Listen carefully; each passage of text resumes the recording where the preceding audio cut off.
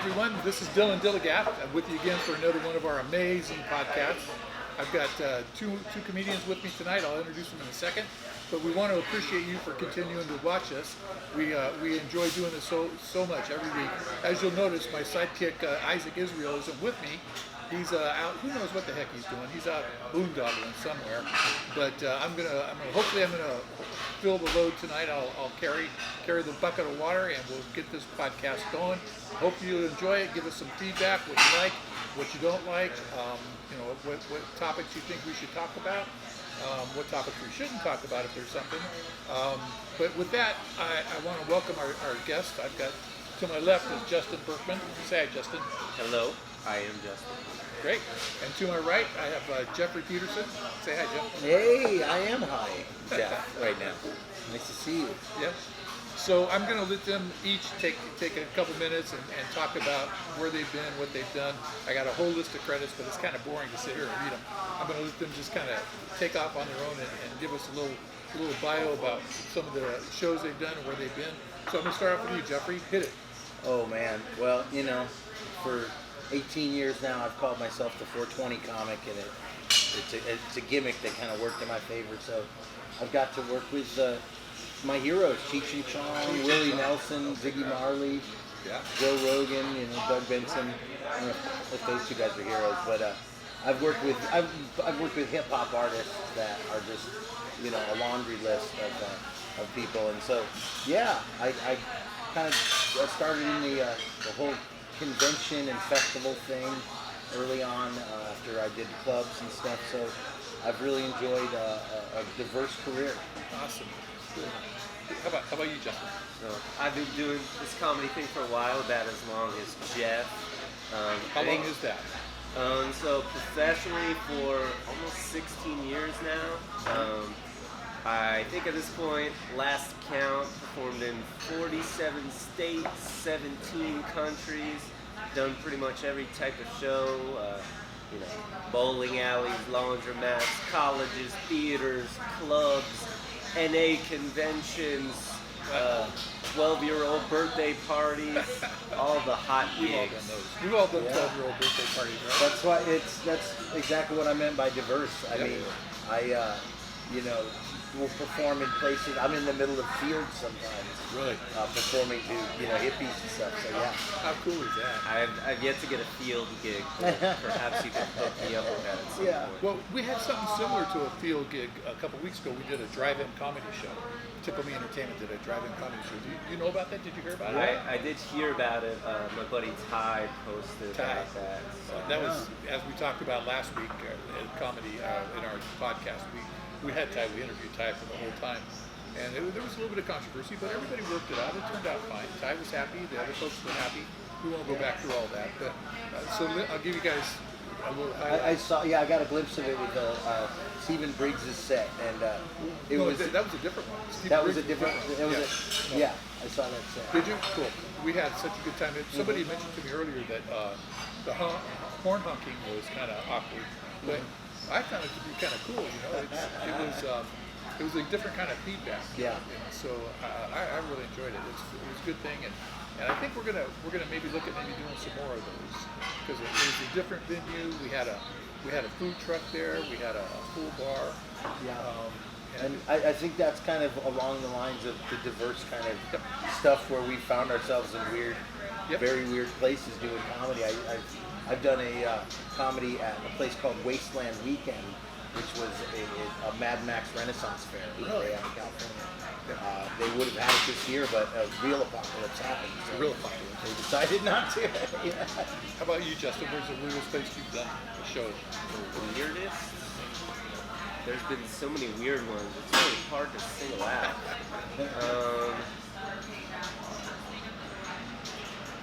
I don't know, now I'm drawing a blank of weird. I mentioned the 12-year-old birthday party. That was a real story. It was actually a 13-year-old birthday party. It was an Orthodox Jewish bar mitzvah. Oh my gosh. And then I didn't know what to say because the rabbi was there and 12-year-olds, so you can't really talk about anything that requires any life experience So that was a challenge. At one point in my so-called set, the girls were yelling at me to sing songs from Frozen. And then after I was done, the moms were trying to get me to marry their 16-year-old daughters. So that was unique, to say the least. That's pretty weird. Yep. So I've seen you both perform comedy. I don't know if the audience has seen you. So kind of give us an idea of what kind of comedy you do. And I know that you do the 420 comic, so we kind of know. But tell us kind of what motivates you, what you want to pass along to the audience with your comedy. Well, I have the moniker the 420 comic, but that's certainly not all what my comedy is. I do impressions. I do probably 10 to 15 celebrity impressions each show that I do, which I love doing because it's kind of a thing that not a lot of comedians do.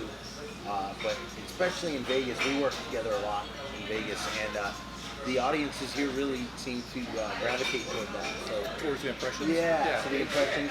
And Well, we're in Vegas. yeah, and like you, I'm a fan of one-liners, so I do a lot of one-liners and pop culture stuff. I really like pop culture stuff.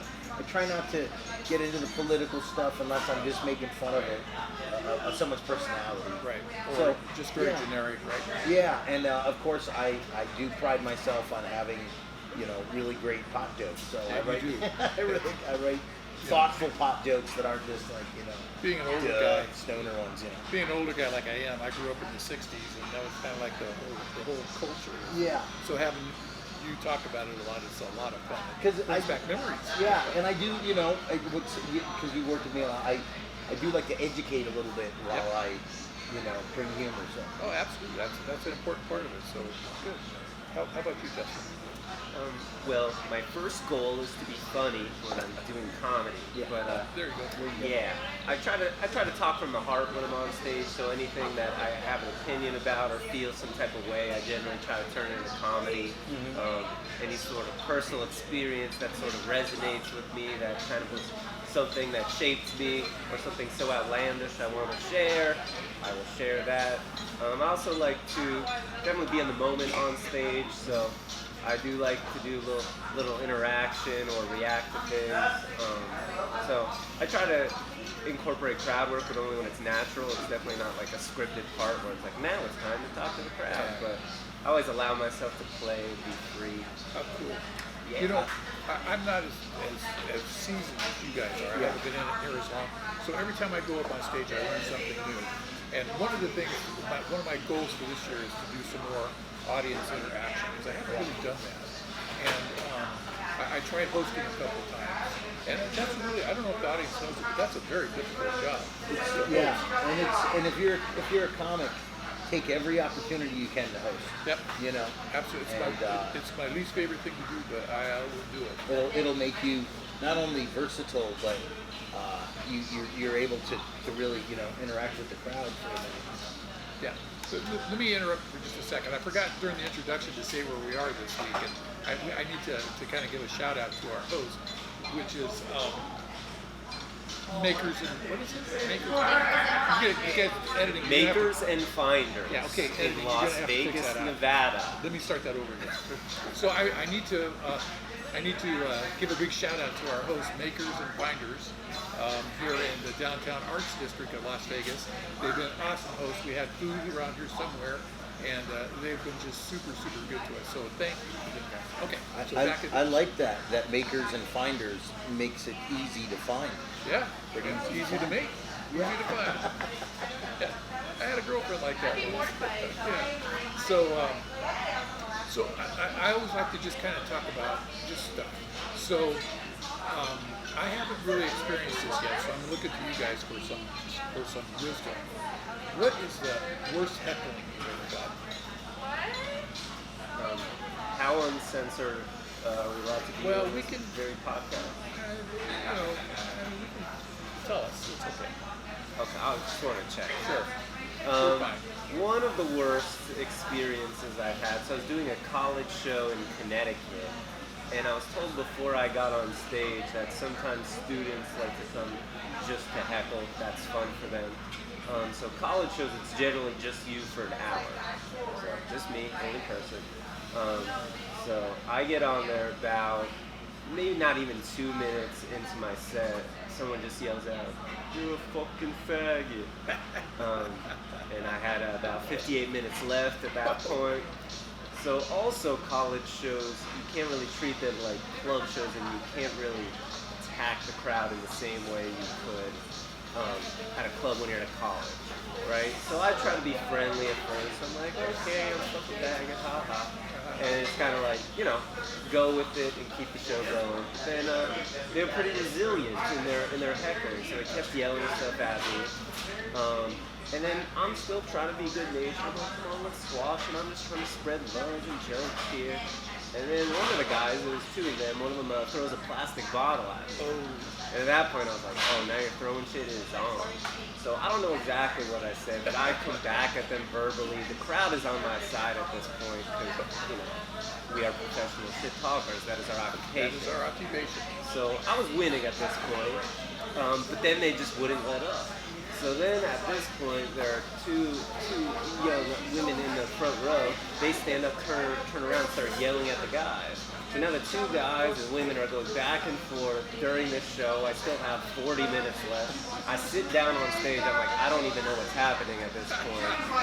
Then by the end of the show, they call in the university police. So the university cops show up. I believe I did my full time. You know, I want to make sure I got paid. So I did my full hour. I called the guys a couple of bitches and I walked off stage. So I still got paid. That's a decent amount of money. So God bless America. Whatever it takes, just get paid. That's the whole thing, right? How about you, Joe? I'm from Connecticut, so I'm sorry to hear that. So, the worst time I got heckled. Oh yeah. Oh my gosh, I did a gig that was pretty crazy. I do a lot of cannabis gigs, cannabis-related gigs, and I did this crazy one down in Lambert Park, California, which is the hood, which is, you know, it's in like South Central Los Angeles. It's definitely the hood. It was a very urban event, but it didn't bother me at all. I'm used to that kind of thing. So what was interesting is this was called the Million Marijuana March. Nice. And so when I got on stage, I am performing in the middle of the day doing hot jokes. And there are people, including homeless people that just live in the park in Lambert Park, and people in that neighborhood, like who are saying to me, "Do you know where you're at?" Right now. Do you know where you at? I said, "Of course I know where I'm at. I'm in Lambert Park." And they said, "Well, what you doing up downstate?" I said, let's get one thing straight. Let me introduce myself. I'm Jeffrey Peterson. I grew up here in Los Angeles. Remember that one white family in your neighborhood that wouldn't move? That's us. That was us right there. Yeah. That's hilarious. I'm that white boy. Yeah. And they were like, "Oh, that was you. That was you." And then one guy got really upset at me. Had to meet me backstage. He was a Rastafarian. I've performed with a lot of reggae artists, and sometimes Rastafarians are very serious, and they don't like jokes. And so this guy met me, same event, met me backstage and said, "Those things you're saying is wrong. It's not right to be making fun of the ganja. You ridicule something sacred." I said, it's our culture. We're allowed to make fun of it. We're having fun with it. I said, I'll tell you what. I've seen a lot of pictures of Bob Marley. He was always laughing.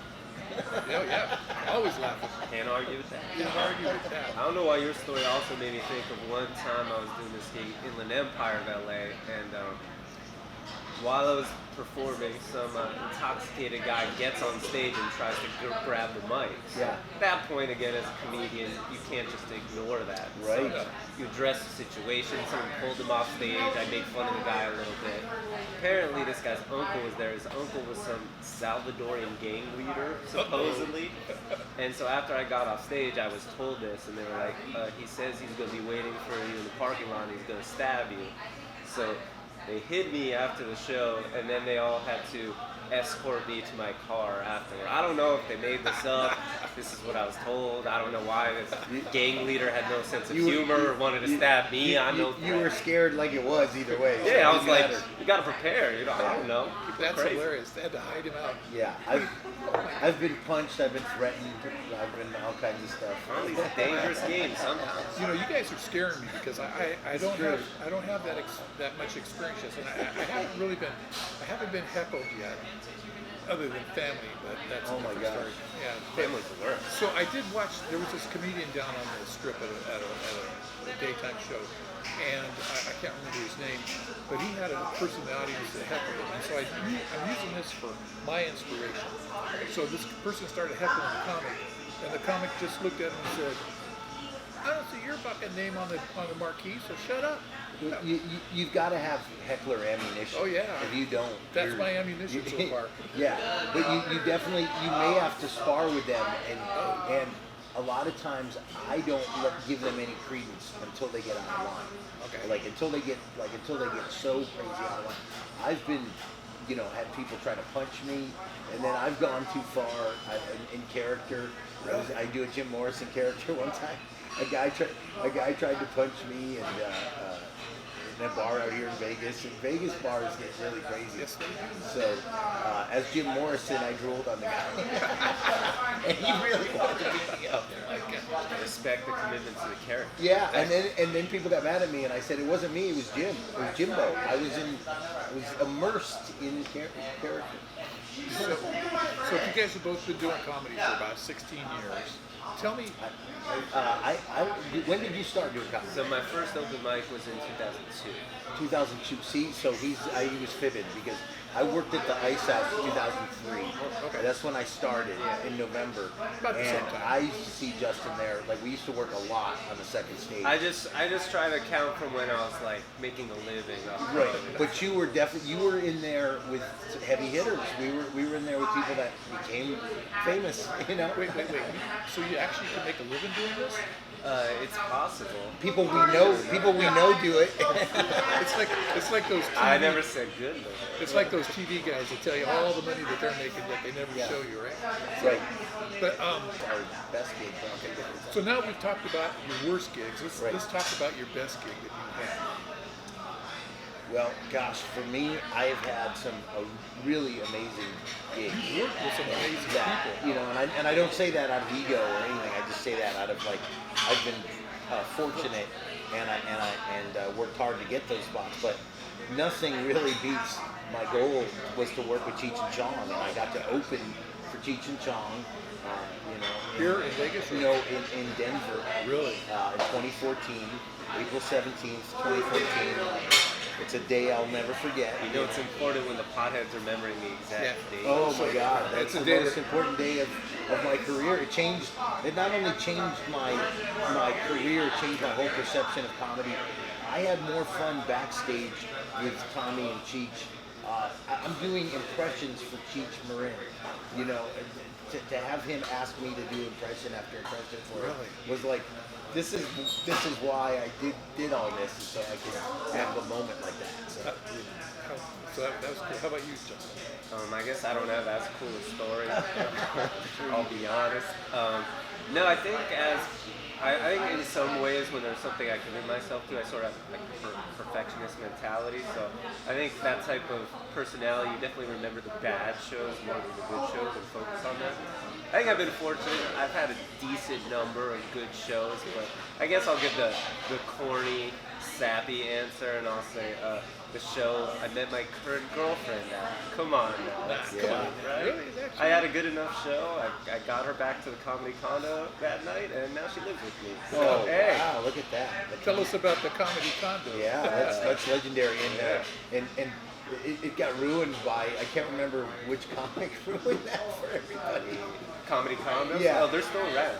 Yeah, Really? yeah. But I mean, no, I thought I was specifically the Comedy Store one I know. Oh, no, this was in the comedy store. Yeah, this was a different one. Awesome. Yeah, different Well, one. see, you're being modest, man. You've worked with a lot of famous comedians. You've gotten on festivals, like comedy festivals and stuff, and so Justin's definitely being modest here. He's worked with some, I'm sure, like of the comedians you've worked with, what was the one that you felt like, wow?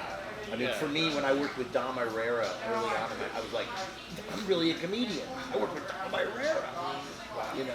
I guess there have been shows like that I've been on at the Hollywood Improv where everyone is like, you know, relatively famous at killing it, and then you're on the lineup with them. You're like, wow, it's kind of crazy. So I remember one night, like, Louis C.K. showed up, and Bill Burr was on that show, and Jeff Ross, and then I'm in the middle there. And so, you know, when you're on shows like that, you know, you feel like you're either doing something right or someone made a mistake. And trust me, we all know, if you would have bombed.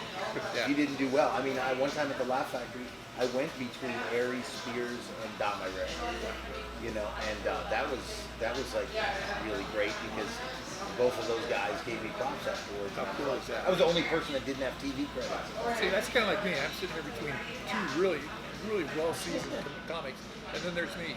But so one of the, you guys ever have any recurring dreams? While you're thinking about that, let me tell you about my recurring dream. It kind of has to do with my comedy. So when I was growing up, I was a Johnny Carson fan. I mean, every single night you watch Carson. That was kind of like the law. And so I kept having this recurring dream that I did stand-up on the Carson show. And I got invited to sit on the couch. And as you know, if you get invited to sit on the couch, your career is like, you've made it. And I kept having that recurring dream for a long time. But that's just me. So what about you guys? Anything like that? I mean, for me, I just discussed this with a friend of mine today. I don't know if this will ever happen, but I did want to get on the cover of High Times magazine.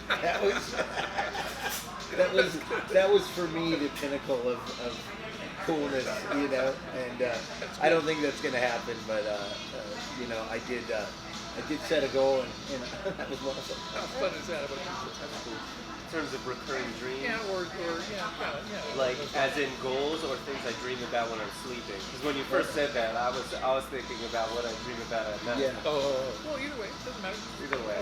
I try not to have goals anymore because I think that's what this pandemic taught me. You plan, you have aspirations, and it all goes to shit. So I just go day by day at this point. I feel like I've done enough in my comedy career that I just try to be better as a comedian and see where life takes me. In terms of I was thinking in terms of like when I'm actually dreaming, because that's where I thought you were going with this. We talked about before it started, so I used to be a gymnast, and I still have gymnastics dreams, like I'm doing gymnastics in my sleep, and then I'll wake up convinced that I can still do this stuff, and I cannot. I do have comedy dreams sometimes, and normally my dreams are me doing terribly at something and failing. So I'll have comedy dreams where I'm like doing a show in front of 1,000 people and I can't remember a single joke and I'm just frozen on stage. Those dreams are fun. See, apparently Justin doesn't smoke a lot of pot. Because when you do, you don't dream as much. Yeah. Well, you probably just don't remember your dreams. No, it's true. You don't get into REM state. Your mind doesn't really get to REM sleep, and it's bizarre. I rarely dream now. My life is very vivid and very lurid sometimes. But you know, what's funny about what you said about that was very funny that you said about don't set any goals anymore because of our current situation, right? Yep. What's ironic is my goal the whole time, and I've even joked about this for years, is my retirement plan is the apocalypse. Yeah. So, I mean, that's the only way I see me being, financially even with the rest of the world. Yeah. Other than that, I mean, I can't catch up with people, so if the world smashes, then I could be like, well, sure, I can dig through trash like everybody else. Yeah. So let's kind of maybe change gears a little bit and let's talk about the pandemic a little bit. So, how's it affected you guys? I mean, did you have shows lined up? What did you do during the pandemic? That kind of thing. You start with Justin. So, yes, I did have shows lined up.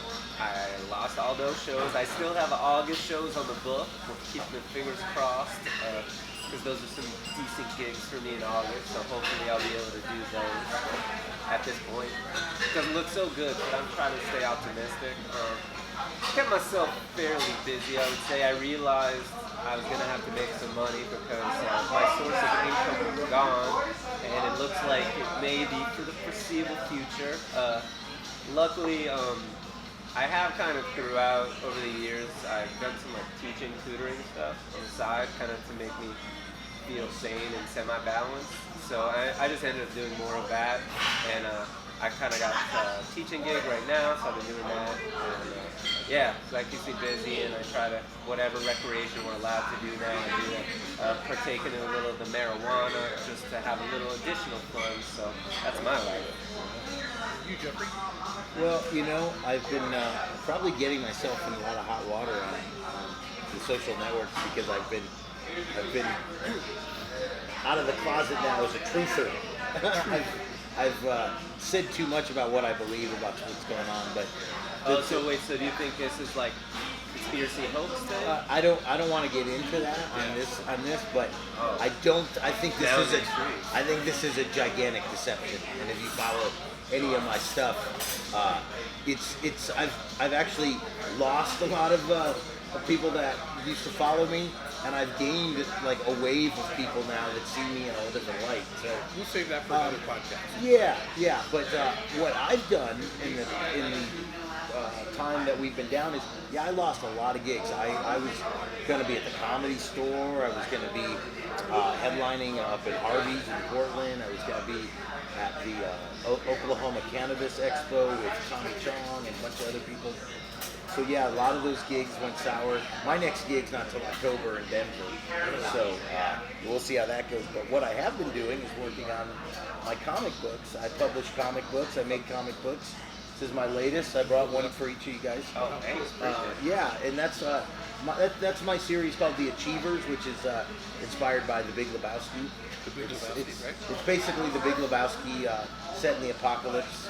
This is the son of the dude. Where can the audience find it? You can find them on Cali Chronic Comics is our Facebook page, but we have them in stores all across the country. You can just contact me on Instagram. We have an Instagram for Cali Chronic Comics with an X, COMIX. But I'm working on a new comic book right now as we speak. It's going to the printer next week. It's called Jaw Healing Chronicles. It's got a kind of a Rastafarian vibe to it, but it's this group from California called the Jaw Healing Church. So I'll be making that comic book coming out in the next probably 3 weeks. By August it'll come out. So I've been just churning out my art, doing, falling back on what I do. Do you do the artwork? I do the artwork, I do the writing. I was an animator for 18 years, so I used to, work on X-Men and Batman and all that stuff. So. Yeah, I don't know if the audience will be able to see this really well, but the artwork is awesome. So if you get a chance to pick up a copy. It's old school. This one is black and white because it takes place in the apocalypse, but my other ones are full color. Yeah, it's black and white, the apocalypse. So I kind of keep it, but they're just, so I get to infuse my humor into that, and that keeps me going. Plus, I do a lot of this stuff, I got to get Justin on a couple shows I know of. That would be great, Yeah, it was good to see you. I didn't see you in a minute. Yeah. And what's neat is we're able to monetize some of this stuff a little bit. We've been able to, tell people, hey, here's my PayPal, so, so I've done some shows like that, yeah. All I have been able to do is do some writing, do some working on timing. I always have an issue with when I practice my set. I think whatever time they've given me, I do a set. But then, as you guys know, and you guys have sat with me too, as you get on stage and you get caught up in the moment, you might wind up talking to somebody, and it messes up your timing. And then in your head, you gotta be editing what you're gonna keep and what you're not gonna keep, so that you end on time. And that's sometimes for me. I know you guys. Well, what would help is you kind of started it. You talk about being a host. When you're the host, you can talk to the audience a little bit. And when you're the headliner, you can talk to the audience all you want. Yep. But a lot of times headliners get upset if anybody interacts with the audience. Yeah. Like I've seen headliners go, it's not your job to talk to the audience, that's my job. Because it kind of pulls the rabbit out of So train yourself to, unless you're the host or the headliner, just don't talk to the audience that way. Don't let them engage you that way. That's just an idea. That's the first time. That's my viewpoint. I don't know. What do you think, Joe? I don't really care too much, but I understand why headliners sometimes do get upset because it changes, like, as a comedian, in a sense, you're training the audience, and once someone starts talking to the audience a lot, they're not wanting to listen to jokes anymore. Then they get into the banter, and they're expecting a different kind of show. So especially if the headliner then wants to go back to jokes, sometimes they're not in that mood or that energy. Right. Or if they're, on the other hand, if they do a lot of crowd work, then it gives the impression, oh, you're just kind of continuing doing the same thing comic in front of you did. Good point. Yeah, and the host isn't even really supposed to do that much crowd work per se. More like getting to know you stuff. Where are you from? Anybody got a birthday? Not really too much crowd work, but because a lot of there's some headliners that's their act. That's pretty much what they do. The only thing I did not like from a feature, the people who featured for me, and it was more just because it annoyed me than I don't want you to do this. There was a guy who featured for me at this club in Indiana, and he would always close his set with this song about titties, and it was like a 3-minute song about how much he loved titties, and I just thought it was so terrible, but the crowd liked it, so I would just be in a bad mood every time I walked out on stage. Oh, right. I gotta deal with this guy. My God. Yeah. I think it's amazing to make up a 3-minute song about titties. It was like, I love titties in every single city. I love it was basically Now people are gonna be people are gonna be Googling this guy now. I know, right? They're both very good. If you get it, well, I mean, you're talking about that particular guy. But these two guys on either side of me are amazing comics. And so, what would you like to share? I'll give you a couple minutes each to just kind of share with the audience, your philosophy, any thoughts that you have. And we already talked about shows that are coming up. So, guys, it's going to be farther out. What if the pandemic? What if it continues on? I mean, what are we going to do? Well, you're going to draw. Wow. If it carries on in a serious way, the world's going to change vastly. I mean, there might not be room for the kind of entertainment that we used to have. I mean, like I said, I used to not only do Wasteland Weekend, I used to do Burning Man a lot. For 12 years I did Burning Man, and I used to have my own.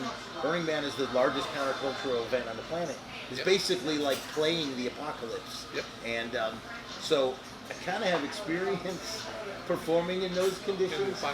So I would just be like a comedic troubadour, you know. How cool is that? Traveling comedic troubadour.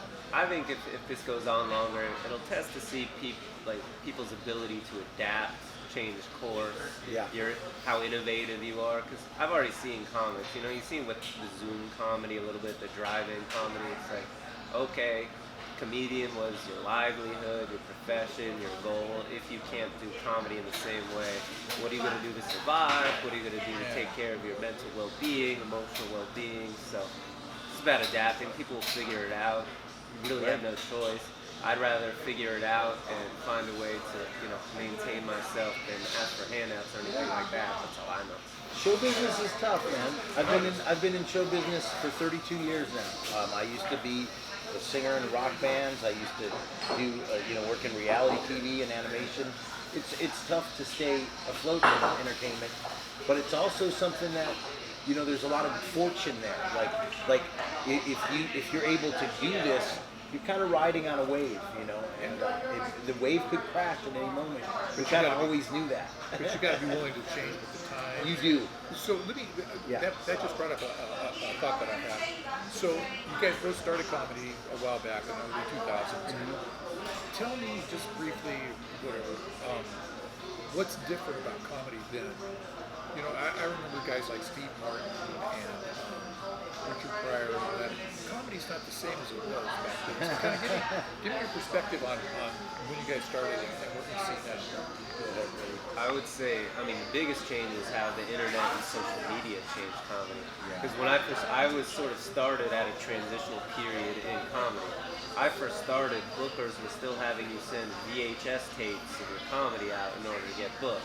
Then that changed to sending out DVDs. Now it's online links.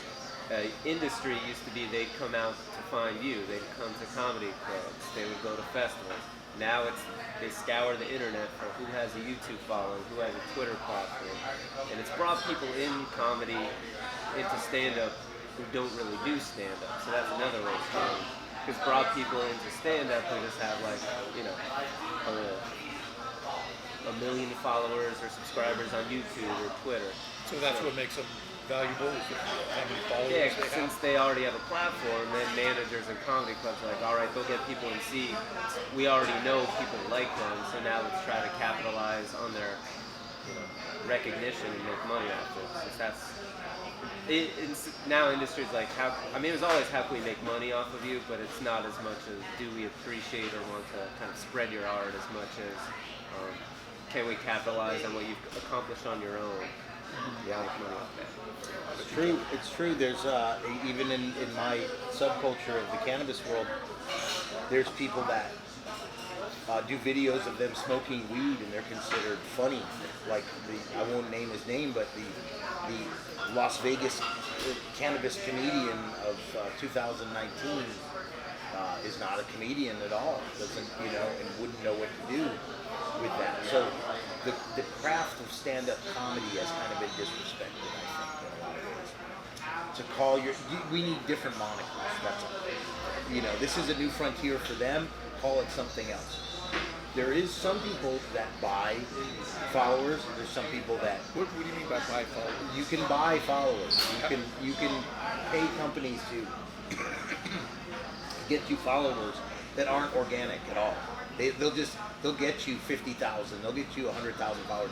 The more you pay, the more they'll get you. Really? Yeah. On the positive side, though, it has opened up the possibility to develop a bigger fan base outside of the traditional roots of getting on TV and having managers and agents open up the doors for you, because there is the possibility that you post a couple of videos of your stand-up online, gets tons of people watching it, and now you built a fan base that way. Unfortunately, with all the stuff out there, it's hard for your so-called fans to find it. It's also a double-edged sword, though, because then they've already seen some of your stuff in this light. But you know what else besides that?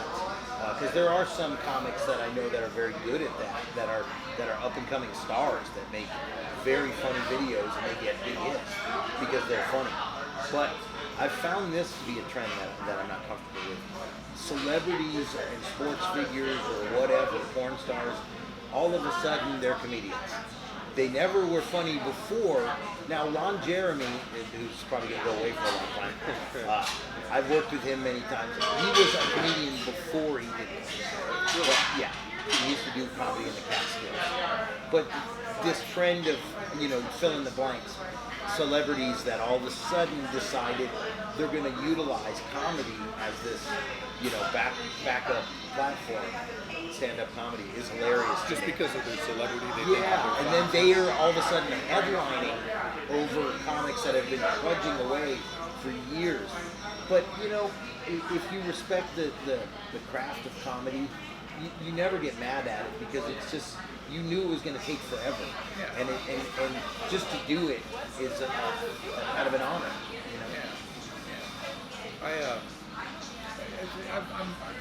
That's the way I kind of think of it too. It's a craft. You've got to constantly work at it. And other people, they may not make it, and that's okay too. Oh yeah. You just got to realize at that point when I'm not really that funny after all. You got to, instead of trying to push it, I think even if you have a lot of followers, I don't think that you should keep doing it if you're not funny, right? Well, yeah, and what's great about it is comedy will let you know if you're not funny. You can only take it kicked around for so long. You won't get paid, and if you don't get paid, you don't really get to call yourself a comic. Time out. Editing. Time out for a second. How much time we got left, Sammy? What? How many minutes we got? It was a long time ago. It was a long time ago. We're way over. Oh, we're way over? No, it's okay. You guys You can wrap us up. Yeah, we're gonna.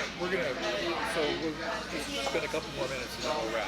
Okay. Yeah. So we're You're back the boss. So, that's really interesting. I never thought of that before. I look forward to progressing with my career, and doing this podcast has really given me some great insight. Every time I do one of these, I learn something new. It validates some of the thoughts that I had.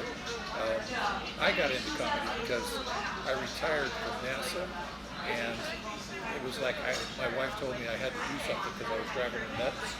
And so I don't know if you'd say with you guys, but I was always the class clown, making people laugh all the time. So when I was working at NASA, I'd always wind up hosting all of the luncheons and everything. And then I retired, and I sat around and I thought, I could probably do this. And that was kind of a fatal thing to think. And so what do you do when you want to learn something? You go buy a book, right? Yeah. So I bought a book, and next thing you know, I'm doing an open mic. And my first open mic was at a gentleman's club here in Vegas. And it was pretty interesting. But Would that be Sapphires? that would be Sapphire. Yeah, the world's largest gentleman's. Yes, it was. Speaking of great gigs, 2 years ago I got to co-headline there with Afro Man. Really? That was a Phil Pareto Tickle Me Comedy Club production, and that was astounding because I've performed at that place a bunch of times, but never saw it packed like that. I know, And it's never, all the times I performed there, never got to smoke pot anywhere other than deep in the parking lot. But when you're with Afro Man, they opened the back door and they didn't give a crap. So I love it. That's where I did my first official stand-up. It was okay. I got some laughs. And then Phil was instrumental in singing. It was fine. I think he was just stroking. So, like I said, every time I get to host a podcast, I learn from more experienced comics like you guys. So, I'm going to give you a minute to say anything else that you'd like to say to the audience, and we'll wrap it up. So, I just want to say, wow, and all the times I worked with you, I didn't know you worked for NASA, and that opens up a gigantic can of worms for me, because as I just mentioned, I'm a truther, and there's a lot of things that I'm very curious about. But it's a fine line because people think you're kind of a nutcase for wanting to find out the truth behind some of these conspiracy theories. But my comedy is going to slightly go in that direction, but very comedically.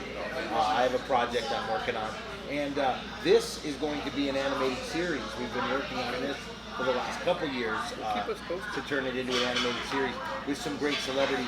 I work on this with Jeff Dowd, the real dude who Jeff Bridges portrays in The Big Lebowski.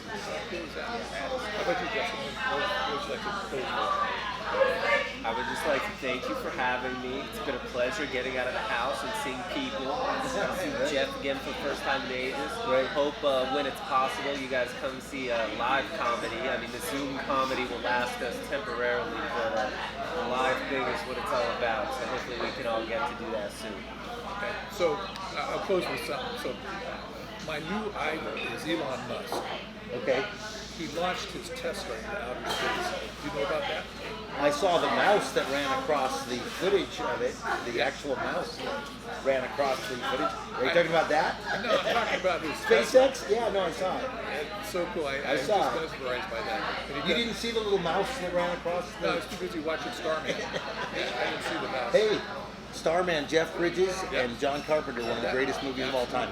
So, all right. Well, I think our podcast is going to be coming to an end now. We're going to get. I know we're going to get a big. Here's something for you to chew on. Elon Musk's mom used to be one of Charles Manson's Mansonites. Really? She was in the Manson family. And his sister is Charles Manson's daughter. So there you go. So, oh my God. So I want to thank you guys, Justin, Jeffrey. I want to thank you for coming tonight. I also want to give a big shout out to our host, Finders and Makers and Finders. I'll get it right. Don't worry. Makers and Finders. I'm dyslexic. I don't know. But and also I give a shout out to all of our production people, Sammy behind the camera, our folks that are remote, JT, Camille, all the other folks, my co-host Isaac Israel, who's not with us tonight, and so we really appreciate you sharing your time with us and letting us kind of talk with you for a little while, and hopefully you'll watch and hopefully you'll watch and keep watching us. So with that, I want to Dillon Dilligaf, and I want to say good night to everybody. Good night.